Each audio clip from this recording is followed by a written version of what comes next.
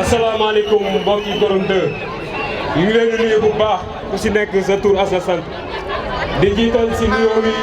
notable yi dëkk bi ñu ngi leen di nuyu bu baax di nuyu suñu yaay di nuyu suñuy mag di nuyu jeunesse Gorom 2 bépp jusqu'à tey boo leen gisee lii dafa am benn travail extraordinaire boo xam ne nii ay jeunes ñoo def une prise de conscience xool ne politique ne peut pas se faire sans la jeunesse. Il faut ñu impliquer la jeunesse aux politiques au niveau du village. bi loolu amee nous avons tenu 2 réunions dans notre siège mooy kër ñoom Pape Diène bi ñu defee loolu ba pare suñu premier objectif c'était de faire comment ni ñuy def ba dugg ci dëkk bi rencontrer les jeunes du village. ci siège boobu biñ ko defee fi ñu njëkk a dem mooy quartier Ndiago on l'a fait le 21 décembre. Mardi 22 décembre ñu ngi dem quartier Darou Salam. Vendredi 27 décembre ñu ngi jëm quartier Ndoyen. Le dimanche 26 on a fait un set-setal. Le but de ce set-setal c'était de faire passer le message pour ñëpp xam ne y a un mouvement qui existe dans le village. C'est setal boobu bi ñu ko defee ba pare on a suivi une réunion puisque quartier bu ñu dem dañuy fa jël des coordonnateurs et des coordonnatrices pour faire du mouvement un mariage pour que dëkk bi ñëpp a gis seen bopp ñu xam ne Gorom ñoo ko bokk nañ bokk ndey nañ bokk baay ci côté boobu gars yi liggéey nañ si liggéey bu am solo. Le mouvement à nos jours compte plus de 476 membres des adhérents. am nañ benn groupe WhatsApp te ces adhérents c'est des votants. C'est des votants parce que notre objectif c'est de voter et de faire voter. loolu mooy suñu slogan. te monsieur le maire am na benn affaire mënuñu ñëw ba fii te duñ ko wax puisque avant ñuy def lépp ñuy def rencontré nañ dëkk bi dem nañ ci chef de village dem nañ ci notable yi dëkk bi dem nañ fi ñu war a dem yëpp dem nañ les responsables politiques dem nañ seeti monsieur Libas Ba en plus monsieur le maire am na benn affaire boo xam ne il faut ma signaler ko puisque bi nga ñëwee ñu fekk la c'est que le 1er janvier présenter le mouvement bi ñu wax nga déglu ñu da ñu joxoon ay directives tu nous as bien dit que Libas Ba est le premier responsable politique du village. si loolu noonu moo tax on a dem nañ rencontrer Libas vraiment boo gisee manifestation bi ni mel nii ça nécessite beaucoup de moyens. C'est pour cela monsieur Libasse monsieur le maire Libasse li ñu waxante woon ak moom biñ demee këram dafa jël le double jox ñu ko pour ñu mën a réussir manifestation boobu. On remercie aussi notre frère Cheikh Sané Faye puisque biñ demee si moom tout ce que vous voyez là jëm si wàllu animation biñ ko waxee dafa dugg néegam jox ñu ko dañu ñu ngi seen ginnaaw seeni frère lañ ñu ngi seen ginnaaw loolu ñu wax noonu la le même que responsable yi nekk si dëkk bi yëpp su ma continuer damay indi ay amalgame maa ngi sant ñëpp Sam Gueye aussi ñu ngi koy remercier ñu ngi sant ñëpp di sant responsable politique yi nekk si dëkk bi yëpp waa mouvement ànd Falaat ngeen ñëw dañ ko ngeen ñëw seen bopp ci kaw maa ngi wàcc kàddu yi yu kaw dañuy sant ñëpp di gërëm ñëpp tey nag mën nañ wax ne tey jeunesse Gorom 2 tey moo ay ndax li ñu fi gis nii du ma ne mosu fee am de waaye bu amee tamit lu mel nii gëj na fee am kon yaakaar naa ne tey jeunesse Gorom 2 moo ay bon ginnaaw bi ñu sante yàlla julli ci Yonent bi ñu ngi nuyu ñi fi teew ñëpp di jiital si nuyoo bi imam di ci teg honorable député Ndiagne Diop di nuyu it responsable politique yi mu àndal yëpp ak bépp notable bi nga xamante ni moo nekk ci dëkk bi di leen sargal di leen jox seen wàccuwaay boo gisee lii nag jeunesse Gorom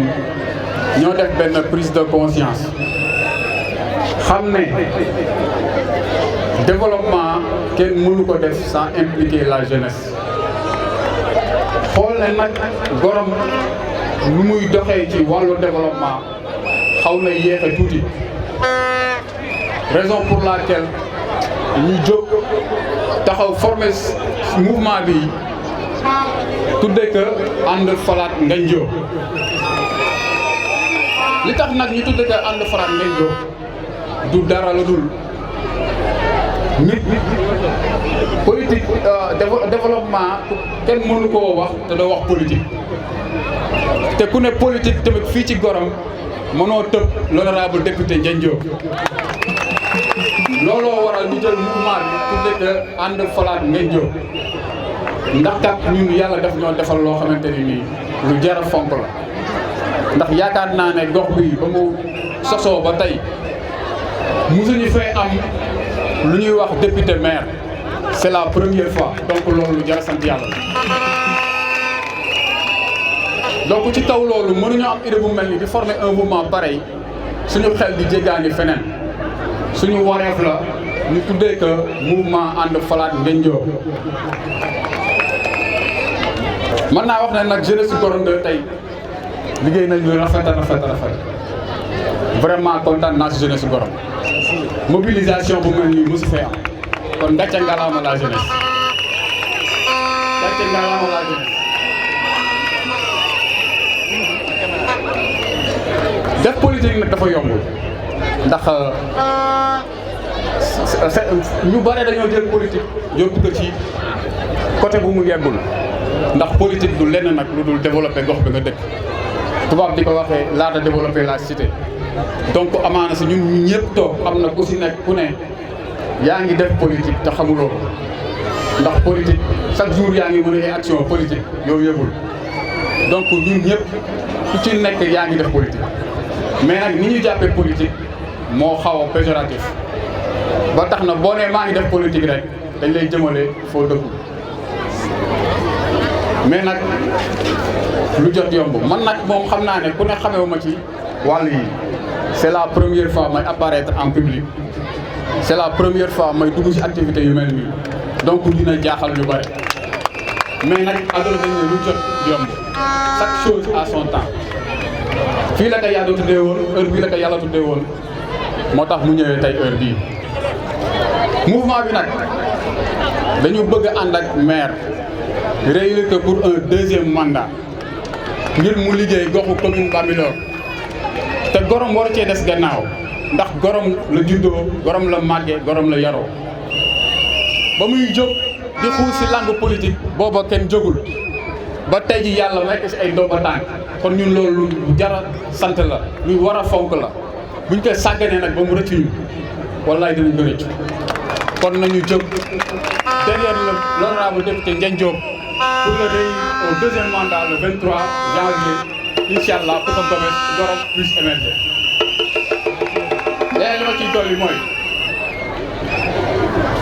leneen li ma ciy dolli mooy monsieur le maire Ndiagne Diop dañ koo fal pour un premier mandat à la tête de la commune de Bambilor muy abattre un travail remarquable ñëpp saluer ko ñun nag en ce qui nous concerne on habite à Gorom Gorom nag am na ñu ne def na am na ñu ne deful mais dama naan ñi ne deful dama naan dañoo juum rek man dafay ranger wu si côté ñi naan def na mais c'est un peu insuffisant donc loolu man noonu laa gisee mais nag c'est tout à fait normal mu insuffisant parce que Gorom la dëkk Gorom la mooy dëkkam fi la juddoo fi la yaroo donc bu defalee commune mu regrouper plusieurs localités mu jël concentré budget yëpp ci Gorom defar ko ba mu mel ni Panal kon yaakaar naa ëllëg bu soxlaa vote Bambilor wala feneen dañ ko naan sëñ bi demal sa dëkk parce que fa nga doon defar kon je trouve que c'est de bonne guerre ni mu doxalee c'est de bonne guerre donc loolu waral ñu ne la monsieur Ndiagne Diop pour ce deuxième mandat là nous nous mobiliserons la jeunesse s'engagera la jeunesse sera déterminée pour vous reporter à la tête de la mairie pour que Gorom puisse émerger. li ma ci yokk mooy mouvement bi nag ce n'est pas seulement un mouvement boo xamante ni dafa ñëw rek yem ci local yi pour les élections pour réélire le maire et puis mu fay déedéet dañu bëgg mu nekk mouvement bu sax dàkk dara du ko mën a yàq taxawal fi intérêt Gorom gën nag et pour toujours ba yàlla bis bu ñu demee ba nga xamante ni monsieur le maire jënd retraite politique am au moins keneen ku fi ñëw ñu taxaw ne la sëñ bi kat ñun ñoo fi nekk taxawal fi intérêt Gorom te da nga war a liggéeyal Gorom donc loolu mooy bitu mouvement bi dafa am une continuité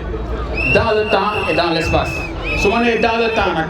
mooy dañu war a bu élection yi jàllee dañu bëgg a continuer mouvement mu sax dans l'espace voilà exactement dans l'espace ñu continuer que li ñu jotoo rassembler ci nit ñu continuer que élargir ko ba nga xamante ni base bi dina gën a yokku ba mu gën a am doole loolu mooy bitu mouvement bi donc maa ngi leen di remercier en gros loolu laa ci bëggoon a wax di leen ñaanal au soir du 23 janvier monsieur le maire sera reporté à la tête de la commune de Bambilor ñii nga xamante ne samay frère lañ samay sœur lañ ñu bokk dëkk bi ñu initier lii muy mouvement bi maa ngi leen di nuyu bu baax a baax di leen xamal ne tey dama kontaan li tax ma kontaan tey ji Gorom dafa yeewu jeunesse bi dafa yeewu ndax gis nga lu kenn mën fukk moo ko dax ndax ñun dañoo jóg fii 6 mois avant di liggéey affaire bi lëndam crise ñuy xuus jàll kenn gungewul ngir lan ànd fal Ndiagne Diop mais tey ñun bu ñu toogaatee ba ci biir loolu xale yeew xam ne carrément ñii ñu ngi dem Ndiagne Diop bëri ga ci mbartal la puus mu dem puusul mu dem te ñu xam ne ñu toog xam ne carrément ñun ñii war nañoo jóg taxaw créer benn mouvement fekk ñi nga xamante ne ñu ngi ànd ak Libaas liggéey c'est quelque chose à saluer ñun tamit ñu nangu ànd ak ñoom fas yéene liggéeyal Ndiagne Diop ba le soir du 23 Ndiagne Diop jël siège bi pour son deuxième mandat te incha allahu rabbi dina am ndax gis nga borom ndey ju liggéey kenn mënu koo yàqal te Ndiagne Diop macha allah ndax am na un moment donné boo xamante ne dëkk bi biñ jàllee toog mu wóor la ne ñëpp toog nañ affaire bi metti lool li tax tey jii nit am conscience nan lay def ba dimbali Ndiagne Diop toog Ndiagne da nga war a yeew heure boo yeew nga ne merci maman liggéeyu ndey la ndax loolu mënoon naa bañ a am kon nag macha allah. deuxièmement fi nga xamante ne foofu laay wax saa su ne ndax mënoon nañoo toog fii tey jeunesse bi bañ a yeew mais tey lii ku mu neexul ku mu neexul tey dara du la neex. imaginer Gorom quartier par quartier ñëpp jóg ndax ñun lu ñu yor xam nañ ka jeunesse bi dofuñu Gorom dofuñu xam nañ ne li ñu yor or la te jamaa la or ak jamaa boo ko amee sa biir dëkk da nga koy téye fukki loxo ak juróom te Ndiagne Diop jamaa la or la première maire de la commune de Bambilor Ndiagne Diop député kan la Ndiagne Diop la mais lii ku mu doyul dara du la doy mais tey ji ñi nga xamante ne ñu ngi poussé tey bëgg a nekk ay maire ci commune de Bambilor ñoom ñëpp dañ doon toog ñuy signé ay budget lu maire wax ñu ne waaw mais ñooñu buñ toogee tey ba ku si nekk day jël sa ngemb naan dama nekk bëgg a nekk maire dama nekk maire ñun waa dëkk bi ñu war a dimbali Ndiagne ñu xam li ñu yor si suñu bëgg dëkk lan la mu gagné à 99% ndax 100% baaxul boobaa cat dañuy dugg te Ndiagne incha allah boo tëddee na nga nelaw la jeunesse est derrière vous Gorom mu ngi si sa ginnaaw bul am lenn looy tiit bul am lenn looy ragal te incha allahu rabbi le soir du 23 di nga xam ne lépp dëgg la xam nga fan la doon mettee tey fekk dëkk bi tey jii nii jóguñu def nii taxawu Ndiagne jeunesse bi taxawu Ndiagne ndaxte bu ñu nee politique jeunesse la mais tey jii jeunesse bi taxaw na la ndaxte mouvement bi ñu def ànd ak yow ñëw jëli ji la lii ku mu doyul dara du la doy kon nag mention spéciale à la jeunesse mention spéciale au mouvement bi incha allah lépp loo xamante ne war nañ koo taxaw nuit et jour incha allah ñu ngi ci biir dinañ ci taxaw ba li nga xamante ne moom la ñuy mbëbët mu am après élection yi aussi incha allah mouvement bi dinañ def suñu kenn lay kattan ñun xam nañ li ñu yor lan la te bu soobee yàlla du yem fii. macha allah jërëjëf. monsieur le maire ak délégation bi nga àndal di nuyu aussi sa frère King Baba di ko remercier si liggéey bu rafet bi nga xamante ne moom moo koy liggéey di nuyu aussi surtout la jeunesse de Gorom 2 mention spéciale à vous. monsieur le maire bu nay Gorom Gana Ndiaye dajale nañ seen kàddu dajale seen xel dajale seen yéene dajale seen mébét dajale seen i man-man booloo ànd doon génn buum jébbal la ko ngir fanaat la tegaat la au niveau de la commune de Bambilor. bu ñu jógee si loolu ñuy lancé waat un appel à la jeunesse dëkk bu defaroo si ndaw ñi la ndax man sama xol dafa fees ba mënuma wax ndax seen mobilisation tey jii nii rek ça veut dire que vous avez rassuré la deuxième mandat. xam nañ ne am maire moo gën ñàkk maire am député moo gën ñàkk député maire yaa ngi social bi yaa ngi si prise charge yi yaa ngi si scolarité bi yaa ngi si dëkk yi yaa ngi si génte yi kon jeunesse Gorom 2 bu defee li tey delloo jukkal boobu noonu mënoo mérité leneen lu raw loolu noonu. ñu leen di wax tamit na ñun waa jeunesse Gorom 2 ni accompagner maire tey si bés bii nii mébét boobu la ñu fas yéene accompagner la jël campagne bi téye ko suñu loxo def ko suñu campagne di si xëy di si gontu di si wax parce que tamit nit ki boo koy dimbali heure bu la xëyee war ngaa geesu mu gis la sa ginnaaw kon nag ñu gën a tekkaat suñuy ndigg xam ne suñu liggéey tàmbaleegul bu loolu weesoo tamit King Baba mention spéciale à toi parce que wax baaxul jàmbur wàññiwul dara si sa baax dëgg la yàlla ji taw na sa kaw nga nekk si lu far maire les jeunes dames fàttew ñu leen les amazones les linguères kon ñëpp ñoo bokk même initiative mooy lan réélire le maire à son deuxième mandat kon ñun li ñu fi dajale ñun ñëpp ñoo bokk même bëgg-bëgg bi kon yàlla nañu yàlla jàppale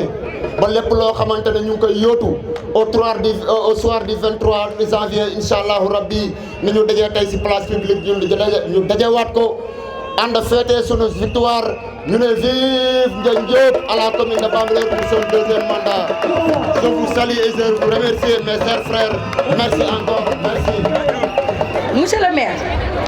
ñun waa Gorom jeunesse su Gorom tey moo taxaw pour ñëw wax ak yow puisque ñun jeunesse su Gorom dafa réserve woon de trop si politique te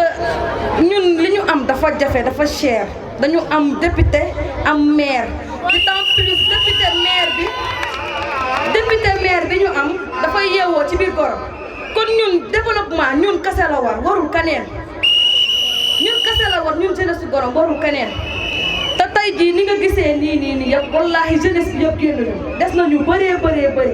te ñun dinañ def suñu kéemtalaay kantan recenser bépp jeune bu nekk si dëkk bi ñu génn la nga ñëw ànd ak ñun le soir du 23 janvier ñu falaat monsieur le maire mooy suñu avantage di avantage jeune yëpp incha allahu rabbi. maa ngi nuyu képp ku fi teew di jiital ci nuyoo bi honorable député maire de la commune de Bambilor monsieur Ndiagne Diop ñu ngi lay nuyu di la daal ci place bi nga xam ne c'est une place historique place bi nga xam ne sa premier pas en politique fii nga ko defee donc place bi tey le jeune yi organiser manifestation bu toll nii à l'approche des élections déroulé la ci tapis rouge di la wan ne la amulatuloo looy ragal parce que la jeunesse de Gorom c'est unie pour jàppale la nekk sa ginnaaw suba ak ngoon guddeeg bëccëg di teg ci nuyoo bi Libas Ba muy le premier responsable du village de Gorom comme ni ñu ko waxee alias King Baba man ak moom dañ am ay relation personnelle donc di sama xarit bu baax a baax di ci teg Amademba Diène muy le maire de Gorom moom mooy maire Gorom maire mooy maire commune bu Bambilor waaye Amademba mooy maire Gorom donc di nuyu délégation bi nga àndal yëpp investi maire Rokhaya Diagne Olimata Gadio ñoom ñëpp ci investi lañ bokk donc équipe bi bu jàllee ñooñu ñëpp ay conseillers la ñuy nekk di conseiller Gorom 2 donc tey jeunesse bi dafa am prise de conscience bi mu def te Ablaye wax na ci sànq je pense que gis ngeen fi ay nit ñoo xam ne tey mooy seen première prise de parole en public loolu nag bu amee ay ndaw ñoo toog waxtaan lu tax ma invité comité d'initiative bi mooy Mbar Gueye mii dafa am benn xalaat ñëw wax ma ko ne dafa am xalaatu mettre en place benn mouvement politique boo xam ne daf ko bëgg a tudde ànd falaaj Ndiagne ma ne ko loolu xalaat bu rafet la xam nga jëf buy ñëw rek ñi koy xalaatandoo day bëri waa guy gi tamit ñoom toog fi ñuy naane ataaya am même xalaat bi muy Mass Diallo Dees Mandiaye ak seen xarit yi ñuy toogandool foofu yëpp biñ ma ko waxee nag ma ne leen loolu man je serai membre parce que lépp loo xam ne day ñëw ànd dooleel monsieur le maire man lu may luy yombal sama liggéey la te loo xam ne man membre d'office laa ciy nekk donc moo tax ñu jël sunu dàll dugg biir Gorom ne nañ jël xalaat bi invité ci toute la jeunesse du village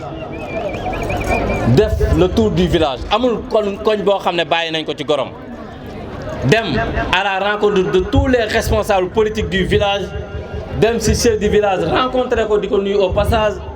dem ci imam rencontré ko mu ñaanal ñu donc ñu mobiliser toute la jeunesse de Gorom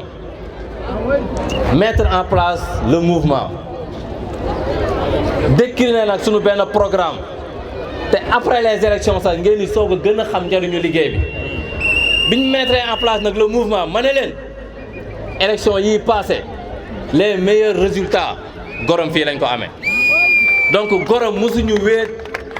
maire musul wéet c'est jàppale bi ko Gorom di jàppale mais cette fois-ci dañ fi gis loo musul gis en politique je pense que c'est l'ère de la jeunesse tey jeunes yi ñoo jóg mobiliser wu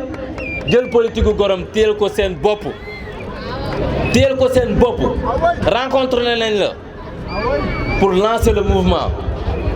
mais dinañ la rencontrer waat parce que dañu war a décliner un programme stratégique pour le développement de notre village 5 ans yi jàll maire sax parfois daf koy wax ne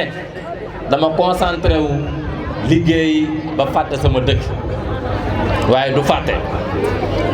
parce que ku jël de 2014 à 2020 une somme de 88 millions et quelques investir ko sur la prise en charge des élèves et étudiants je pense que loolu tabax na ay infrastructures yu bëree. Donc sans compter la prise en charge médicale mooy li ñuy def ci secours aux indigents te man ma xam ci lu bëri donc loolu je pense que tey bu fekkoon ne dañ koy évaluer en termes d'infrastructure kon tabax na infrastructure yu bëri mais doyul parce que tey ñun dañu am privilège yu am maire am député jeunes yi wax nañ ko sànq kon privilège boobu dañ ci war a profiter nous les populations de Gorom moo tax nag premier mandat bi nit ñee la ko fal c'est très normal dëkk bu nekk nga dem fa réaliser fa li nga fa réaliser muy bilan bi nga xam ne am nga ko waaye deuxième mandat bi yow yaa koy fal sa bopp parce que réalisation yooyu nga def dans les différents villages moom moo lay falaat waaye ñun la jeunesse de Gorom aussi deuxième mandat bi dañ koy jël def ko sunu mandat parce que li ñu bëgg a Gorom yëpp mënuñ la woon sonal waaye deuxième mandat bi jàppal ne laay wax na la ko sànq duñ la bàyyi ngay nelaw ci sa ay laurier suba ngoon guddeef bëccëg ñun ak yow ñoo koy nekk di la fàttali problème yi nga xam ne mooy problème yi am ci dëkk bi donc pour ne pas monopoliser la parole monsieur le maire foofu laa yemale samay ay kaddu di la remercier di la waxaat encore loo téye la jeunesse de Gorom doyul nga gën leen téye parce que tey kilifa nekk na ci dëkk te jeunes yi amuloo jeune yu la mën a lii tey jeunes yi bu ñu defee prise de conscience ne liggéeyu monsieur le maire désormais ñun ñoo ciy jiitu ñun la jeunesse de Gorom ko ñooñu desataloo leen dara te loolu incha allah di nga ko gis la jeunesse est mobilisée la jeunesse est déterminée te incha allah ñu ngi dérouler sunu ay activités ci koñ yi décharger nañ la laa lay wax bu fekkee sa calendrier de campagne dafa chargé décharger nañ la campagne au niveau de Gorom 2 jeunesse bi tey ñoom ñooy porter la campagne du maire dans son propre village kon donc encore une fois loolu laa amoon lu may wax di féliciter waat la jeunesse di remercier tout le monde di jéggalu ci kàddu yi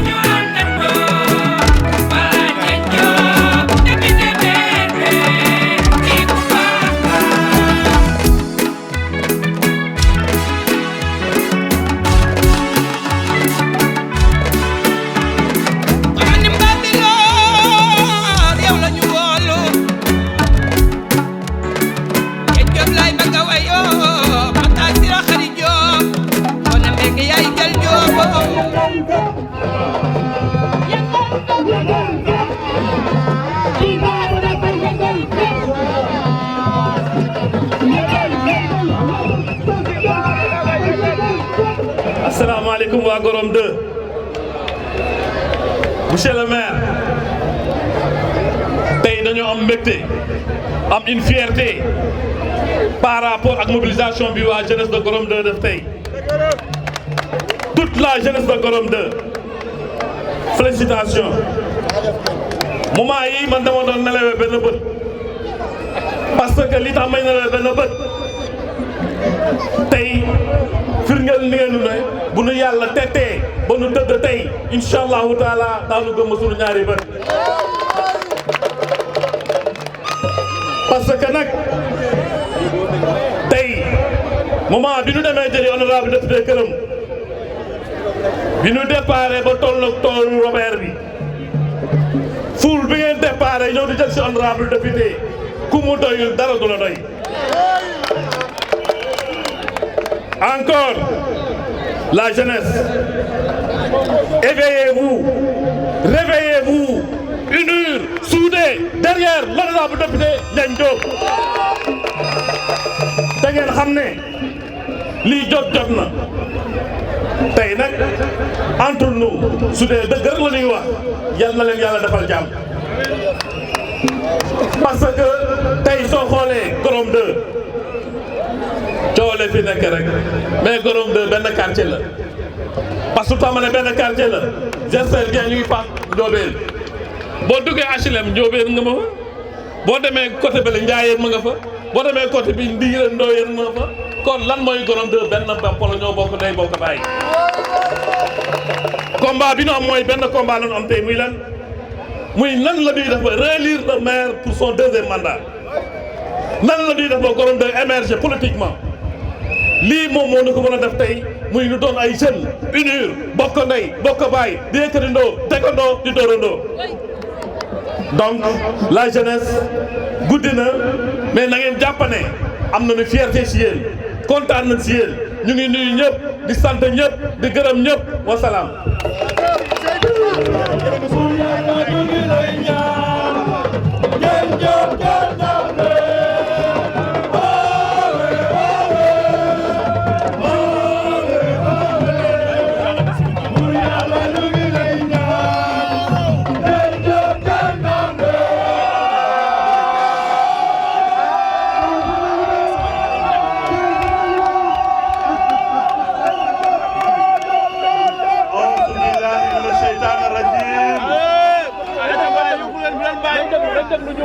L'adage dit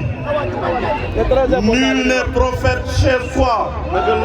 mais je suis prophète à Gorom 2.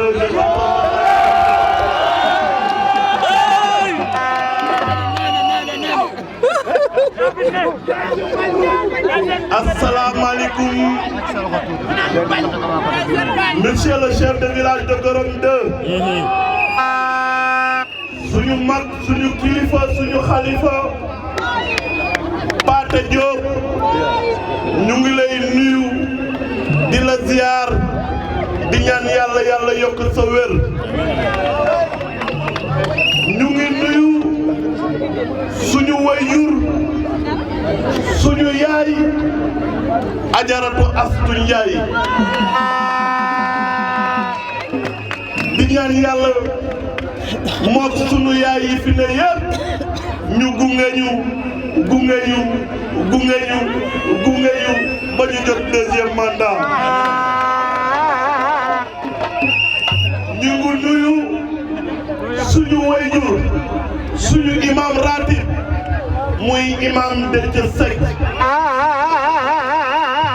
ñu ngi ñaan yàlla bàyyi ko suñu kanam yàlla yokk wéram ba fi mu bëgg a yóbbu Gorom àgg fa ma ne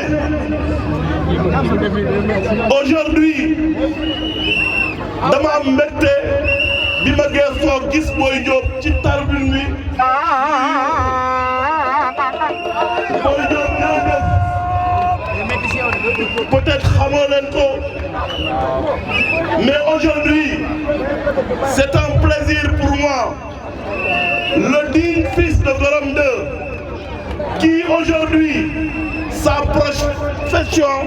n'est que cultivateur, c'est aujourd'hui cet homme-là qui est au destiné de la collectivité territoriale de Bambilor en sa qualité de maire et de député à l'Assemblée nationale. Un digne fils d'un pauvre paysan qui nous a éduqués, à qui nous rendons tout ce que nous avons aujourd'hui. Je veux nommer mon père El Hadji Oumar Diop. Que Dieu l'accueille au paradis. C'était un plaisir pour moi. C'était un plaisir pour moi. Au moment où nous sommes, qu'à chaque fois que je me retourne, le regarder comme je regarde ma maman. Mais Dieu en a décidé ainsi et nous sommes tous des croyants. Assalamu alaikum mbokki Gorom. Alaikum salam. maa ngi nuyu kilifa yi fi toog yëpp mais damay jël nuyoo bi teg ci benn nit di sama rak muy le King Baba. Libaas dama bëgg yenn nuyoo rek laa la dul jox muy mes dames qui m'ont accompagné au moment les plus durs de ma vie. Ces salutations, c'est moi-même qui leur diront merci les Madame Diop, merci encore. Mais au-delà de ça, c'est une fierté pour moi d'avoir Amadé Madiène, mon jeune frère, Libaas, mon jeune frère, et ma maîtresse Rokhaya Diagne à côté de moi pour les destinées de cette collectivité territoriale, et El Hadji Kane muy Moustapha Kane élu sur la liste de Benno Bokk Yaakaar. ma gërëmaat bu baax Libaas nuyoo bu may nuyoo ak ngërëm bu may gërëm Gorom 2 si sa loxo laa koy teg nga jottalil ma ko ñëpp. Cela m'amène à revenir à ma jeunesse. Merci. La relève est assurée. ma ne wax ji dafa bari woon Gorom Gana Ndiaye. Cela m'amène à vous dire encore, à remercier quelqu'un parmi vous, parmi nous. Je veux nommer Serigne Moustapha Mbacké. Gor pire kilifa pire taxawuma fu taxaw war ndax lii bokk na si ñi ko sabab ba lii mën a am. kon ma lay yóbbante nuyoo ak ngërëm ci Serigne Moustapha Mbacké. Je reviens à ma jeunesse. C'est une fierté de vous voir aujourd'hui défiler dans les rues de Gorom 2 pour acclamer le nom de Ndiaye Diop.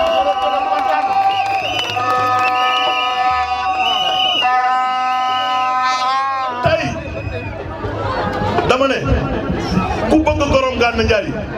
dina ñëw ànd ak yéen. ma ne cela m'amène à remercier mon frère Baye Laye muy Ablaye Tine Ablaye Mbaye tey moom mën naa ko wax Ablaye Mbaye mais Baye Laye rek laa koy wax wala Ablaye Tine ndax sunu wayjur lañ ko tuddee muy Baye Alaaji Ablaye Tine. ma gërëm la bu baax sa discours ma ne nit duñu ko jox lépp mu jël lépp. Si aujourd'hui ma ne tey bu deuxième mandat bu Ndiagne yombee c'est que Ndiagne dafa bàyyi Gorom 2 liggéey yeneen dëkk yi naka jërëjëf mu doog a war a ñëw waxtaan ak ay mbokkam. mais ma ne du ay wax c'est du concret. Nous avons dépensé 88 289 de prise en charge pour les élèves et étudiants du village de Gorom 2. am na tey ñu nekk ci yeneen i liste seen max 2 man mii Ndiagne maa ko fay te Gorom 2 la ñu dëkk. ma ne boo jëlee juróom-ñett fukki million ak juróom-ñett ak ñeent fukk ak juróom-ñett fukk ak juróom-ñeent ak juróom-benn fukki dërëm nga fayal ko si juróom-benni at 2014 2020 doomi Gorom Gana Ndiaye ñañu ko fayal ñii ñu ngay liggéey bu weer dee ñuy fayeku ñii ñu nga yor seen i njaboot kon bu ñu nee investir ñu Gorom liggéey ñu Gorom ñoom ñooñu ñoo bëggul Gorom xam ci bëggul Gorom ñu bàyyi ko dañuy def ci leneen. ma ne sur les 138 emplois la masse salariale de la commune de Bambilor qui s'élève ñaar fukki millions ak benn par weer Gorom Gana Ndiaye ñaar fukki nit ak juróom ñu ngi fi weeru dee maa leen di fay. ku bëggul Gorom du ko wax si ñaar fukki nit yooyu ak juróom ñaar fukki nit yi ak benn bu ma nekkul maire kenn mënatu leen a jëlee commune Bambilor ñoom ñëpp ay télé yi la ñu am nañu wax dëgg nit ñi nañu wax dëgg disons la vérité aux populations mais ñàkk ànd ak nit bu mu tax ngay wax lu dul dëgg bi ci des lorsque nous sommes venus Gorom 2 n'avait pas de marché nous avons construit le marché de Gorom 2 nous avons construit le terrain de basket de Gorom 2 nous avons construit le poste de santé le mur du poste de santé et le logement de la sage-femme de Gorom 2 loolu mooy li ñu mën a wax mais am na li ci des mënuñu ko wax je lance un appel à la jeunesse de mon village nous avons une fierté d'être villageois parce que nous ne croyons qu'à ce village nous sommes nés dans ce village mais xale yu ndaw ñun dinañ jël suñu commune di ko jox xale yu ñaaw yi sax boole si man a maire kii jiite nit ñi da ngay jantal rafet njool boo élégant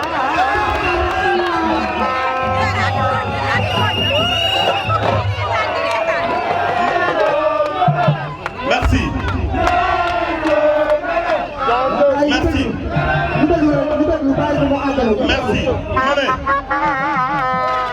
les coordonnateurs du mouvement il n'y a pas un coordonnateur mais c'est des coordonnateurs de quartier maa ngi leen di gërëm bu baax vraiment di leen sant gërëm leen sant leen ndax lii yombul aujourd'hui j'ai pleuré bi ngeen ma carré ci yoon wi yaa ñu ko jaral aw ma seen pay Ablaye Mbaye wax na ko c'est pas un mouvement du 23 janvier c'est un mouvement qui sera à côté du maire pour prendre en charge les destinées du village. Je vous dis d'accord, d'accord et je serai à vos côtés. C'est un mouvement qui va m'accompagner aux élections législatives de 2022, de juin 2022. ndax Inch'Allah bu ñu fi yàlla bàyyi jàmm may ñu mandat xam na ne waxuñu ñun nous ne parlons pas Ndiagne ne parle pas de la commune de Bambilor nous parlons du département de Rufisque ce que nous pouvons faire dans ce département aucun leader aucun responsable politique ne peut le faire dans le département de Rufisque wax ji dafa bari woon Ndiagne duñ ko investir Ndiagne nii mais à quelle fin? À quelle fin on ne doit pas m'investir candidat de la coalition Benno Bokk Yaakaar fan lañ ko teg des gens inconnus dans le parti xamuñu lu dul seen ministre si na fii képp la ñu defe ne mooy Macky Sall tax fu nañu wëndeelu fa fu nañu taxaw fa duñu ko investir ça c'est malhonnête. ma ne je suis membre de la francophonie membre de la commission politique de la francophonie doomi baykat boobu doon fanaan àll di roose haricot di roose pomme de terre kooku tey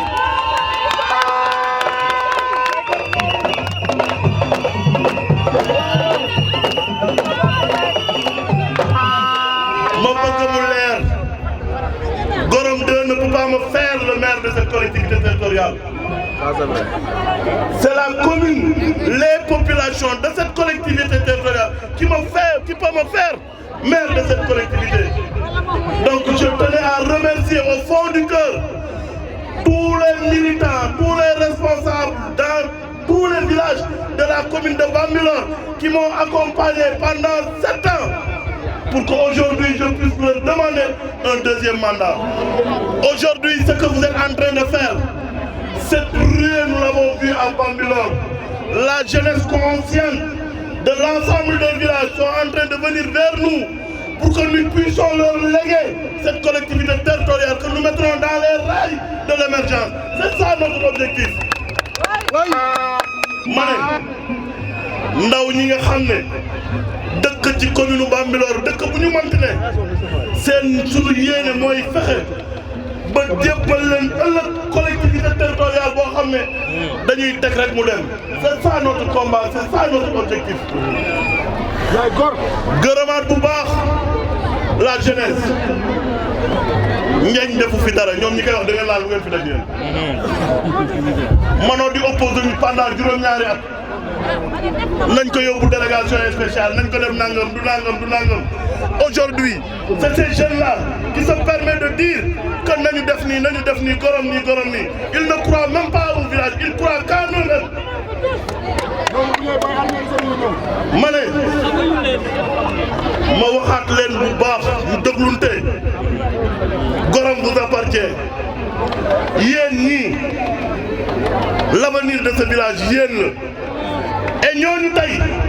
si nous perdons l'arrondissement de Bambilor ils se sont battus corps et âme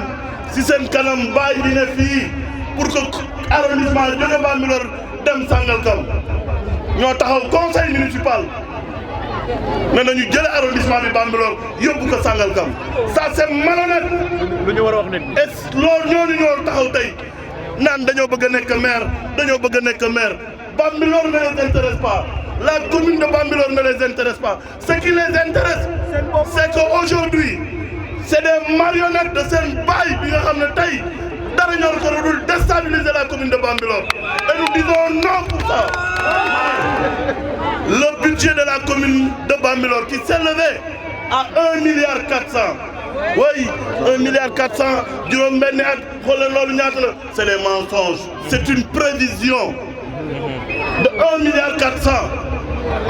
Et à chaque fois le compte administratif ils savent ce que nous avons recourir sur ces projections de budget ça tourne autour de 650 millions et notre masse salariale c'est 242 millions par an. ma ne du nu wax lu nu xamul mais topp réseau yi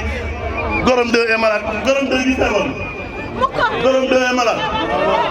bala ngaa wax Gorom 2 est malade da ngay xam fan nga dëkk yow.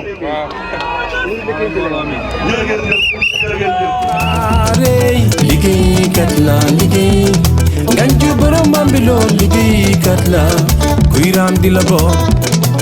su amee oto yóbbaale la Ganjo liggéeykat la liggéey waaw Ganjo borom Bambilor liggéeykat